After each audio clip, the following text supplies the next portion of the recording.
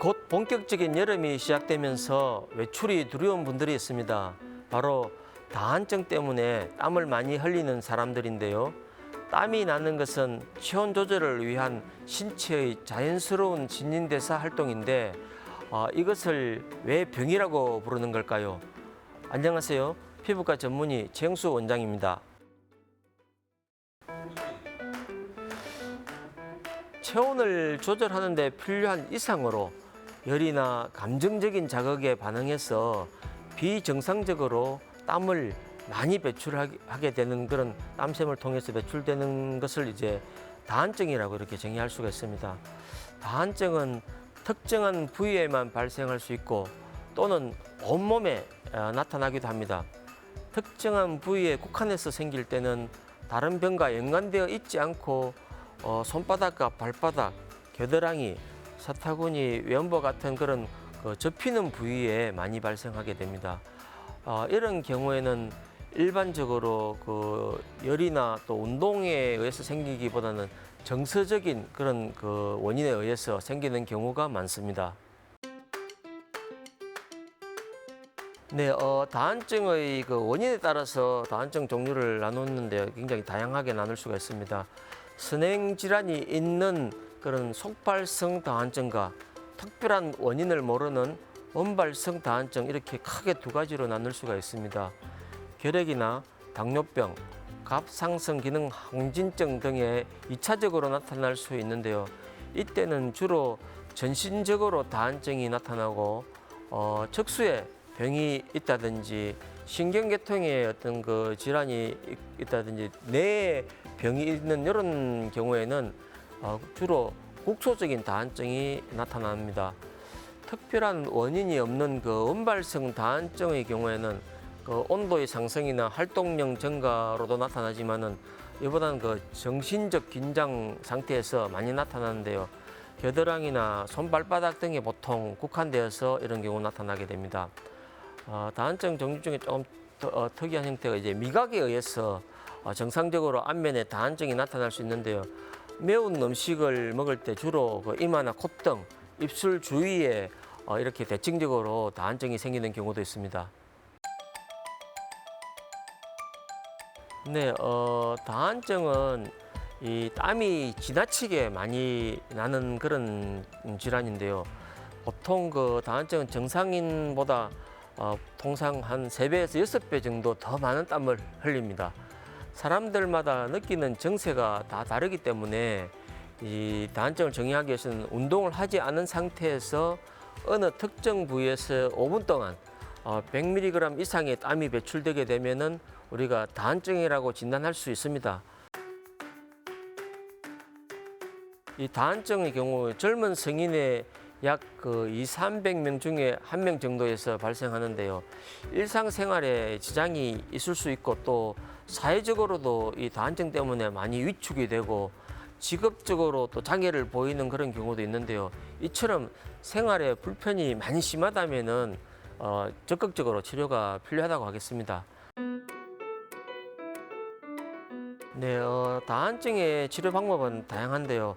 크게 이제 수술적 치료 방법과 비수술적 치료 방법으로 이렇게 나눌 수가 있습니다. 다한증 발생 부위에 따라서도 치료 방법이 다를 수 있습니다. 겨드랑이 다한증의 경우 같은 경우에는 수술적 방법으로 땀샘을 직접 제거하는 방법이 사용되고 있지만은 또 수술 후에 이런 일상생활이 굉장히 장애가 오래 갈 수 있기 때문에 비수술적 방법도 많이 선호되는 그런 부위입니다. 예를 들면 이제 보톨리눔 독소를 주사한다든지 또 레이저나 고주파를 이용해서 땀샘을 파괴하는 그런 시술을 많이 하고 최근에는 마이크로웨이브 즉 극초단파를 이용해서 땀샘을 반영구적으로 파괴하는 그런 시술 방식이 도입돼서 좋은 효과를 보입니다. 손 발바닥 다한증의 경우 같은 경우에는 땀샘을 직접 제거하는 신경이 많고 이런 부위이기 때문에 수술적인 방법은 시행할 수가 없고 비수술적 방법으로 염화 알루미늄 20% 용액을 직접 다한 부위에 도포해서 땀샘을 막는 그런 방법이나 또 보톨리늄 독소를 땀 주사라고 이야기하는 이 보톨리늄 독소를 직접 주사하는 그런 방법을 할 수가 있습니다. 수술적 방법으로 직접적으로 땀샘을 제거하기 힘들기 때문에 다른 치료법이 바른다든지 주사 맞는 방법이 이제 효과가 없을 때는 이제 교감신경 절제술이라는 그런 수술적인 방법을 시술해 볼 수가 있습니다. 다한증은 이제 그 발한 억제제를 사용하는 경우에 이제 대체로 효과가 있는데 일시적으로 좀 좋아지는 그런 효과를 보이기 때문에 나중에 이런 그 사용을 중단하는 경우도 많고, 그래서 치료 효과도 또 사람에 따라서 차이가 많이 나는 그런 방법입니다. 보톨리듐 독소를 주사하는 그런 치료도 효과가 있지만은 이 치료도 보통 석 달에서 6달 정도만 효과가 일시적으로 있기 때문에 반복 시술이 필요하게 됩니다. 그런데 이제 겨드랑이 같은 경우에는 에크린 한선을 이제 그 땀샘을 직접 제거하는 그런 지방 흡입술 절제술이나 또 마이크로웨이브 치료 방법 이런 것들로 거의 반영구적으로 치료 좋은 효과를 볼 수 있게 되는데, 이런 경우도 사실 그 땀샘의 제거가 부족한 경우에는 또 재발되어서 추가적인 시술이 필요하기도 합니다. 손 발바닥 같은 경우에는 아까 말씀드린 그 교감신경 절제술을 이제 이용하는 것이 가장 확실하고 영구적인 방법이긴 한데, 이 방법은 좀 마지막 방법으로 한번 생각해 볼 수가 있겠습니다.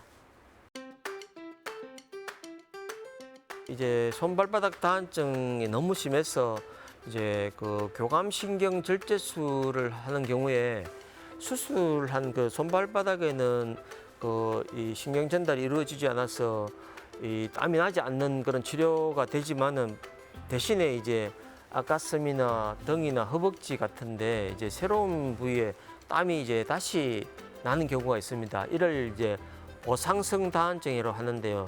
이 보상성 다한증은 거의 모든 교감신경 절제술에서 환자에서 다 나타나는데, 별다르게 그래도 불편함이 없는 경우가 상당히 많지만은, 일부 환자에서 이 불편함이 오히려 더 심해서 굉장히 심한 스트레스를 받는 경우가 있습니다. 그래서 보상성 다한증이 일단 생기면은 없어지지 않기 때문에, 그래서 교감신경 절제술은 어떻게 보면은 다른 치료로 도저히 안 될 때 마지막 방법으로 꼭 권하는 그런 시술이 되겠습니다. 네, 여름철 이제 땀이 많이 나는 계절인데요. 다한증 환자의 경우 특히 그 증상이 심해질 수 있으니까, 증상이 심한 경우라면은 뭐 적절한 치료를 같이 일시적이든 영구적이든 치료를 병행하는 것이 좋겠습니다. 다한증 환자가 사실 이 계절이 여름철에는 다한증 환자가 아니더라도 과도한 운동을 하거나 또 야외 활동으로 땀을 너무 많이 흘릴 수 있어서 수분이 부족해지기 쉽고, 또 심한 경우에는 이 열사병으로 그렇게 고생하는 경우도 있으니까, 적절한 수분 보충과 또 휴식으로 건강한 여름을 보내시길 바라겠습니다.